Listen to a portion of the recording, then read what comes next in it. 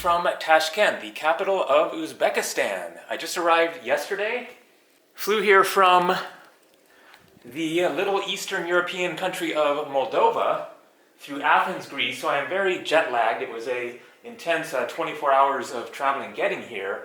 And so I am here for a World Influencers Congress, it is called, and it is a group of various other travel vloggers, bloggers, YouTubers, Instagrammers, photographers, people in the travel industry who are involved in basically promoting other countries. And so I got this email a couple of months ago from the Uzbekistani government, or at least the tourism part of it, and they invited me to come to this conference, expenses paid, including a 5-star hotel room here, as I will show you in just a second here. And so for the past 24 hours, then we've been having various events, meals and speeches and panel discussions and stuff like that. It is evening, as you can see, the sun setting there.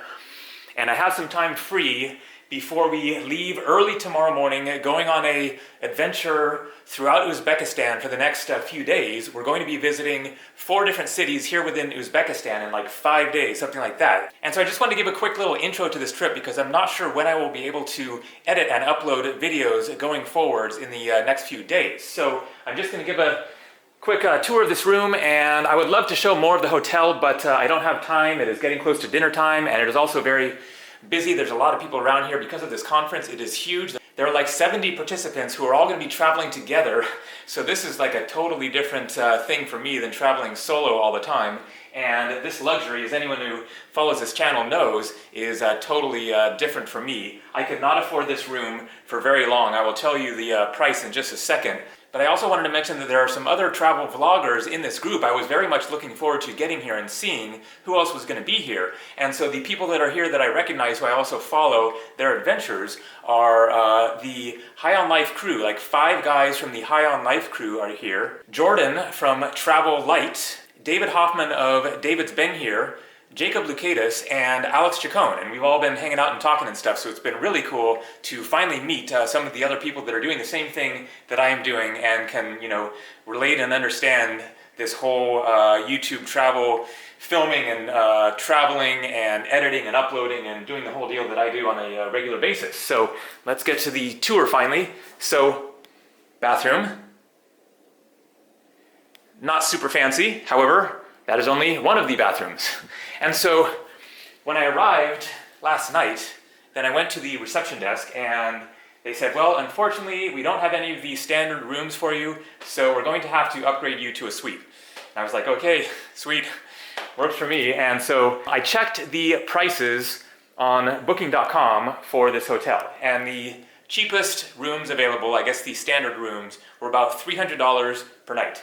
This is not the cheapest room. The suites were like $700 to $1,000 per night. So this is like 2 months of me traveling in India for one night in a hotel room. And so the bedroom here, super comfy mattress, huge TV, various desks and drawers, and my dirty old backpack, and then clothing drawers here and shelving with a safe and stuff. And then, so this is the second bathroom. A full bathroom, bathtub, and a shower, 2 sinks, and another toilet in here.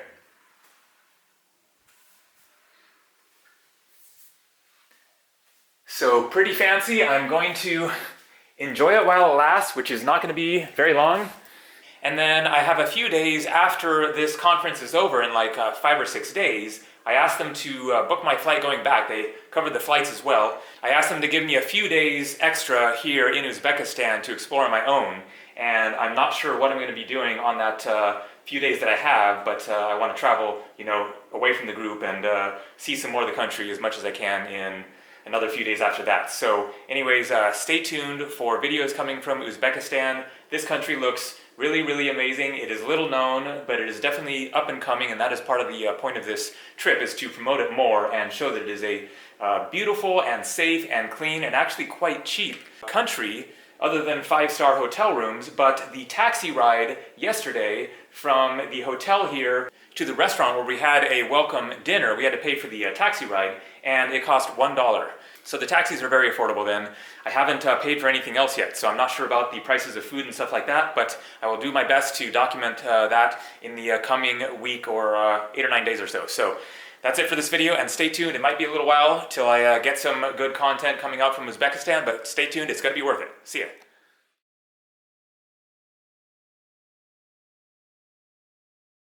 That way I can just kind of seamlessly integrate them and make recommendations on my own. I think brands find value in engagement, right? Being able to have that dialogue, being an approachable ambassador to brands. Someone says, hey man, I saw you using this, whatever, this tent or whatever it might be. Just being like, oh yeah, this is what's great about it, this is maybe what's not as great, so. Influencers or bloggers or travelers or YouTubers is either first to drive awareness, which is obviously the main purpose. The second purpose could be to drive sales, increase sales, drive traffic, and hence the brand afterwards measures these as return on investment. Something like Airbnb experiences 4 years before Airbnb, and then it was vacationable. And then in time, then I flew to Hawaii and I fell in love with content creation. Uzbekistan. My great grandmother was Uzbek. Named me. Yeah. So I feel coming home or so I feel very, very blessed and privileged to be here. Round of applause for you and Akbar for organizing an incredible conference. I feel like you're showing us up with this insane swag.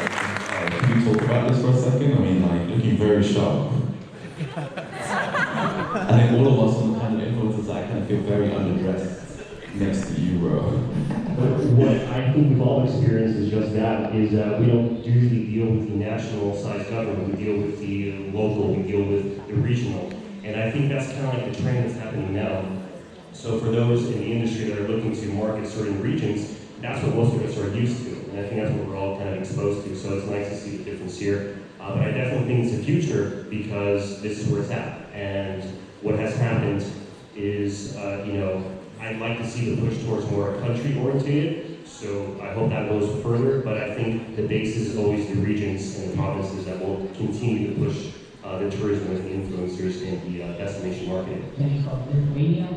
I'm probably the first Lithuanian you've ever met or will ever meet because we're just so small. And I've been traveling full-time for the last 6 years, probably creating videos for about 3 or 4. Initially was mostly a hobby, but the last 6 months I've been taking it a bit more seriously, so just traveling to different remote locations with a filmmaker, trying to inspire more people to go to this place as well. When it comes to the question that the host asked, by the way, thank you once again so much for organizing the whole thing, it's beautiful.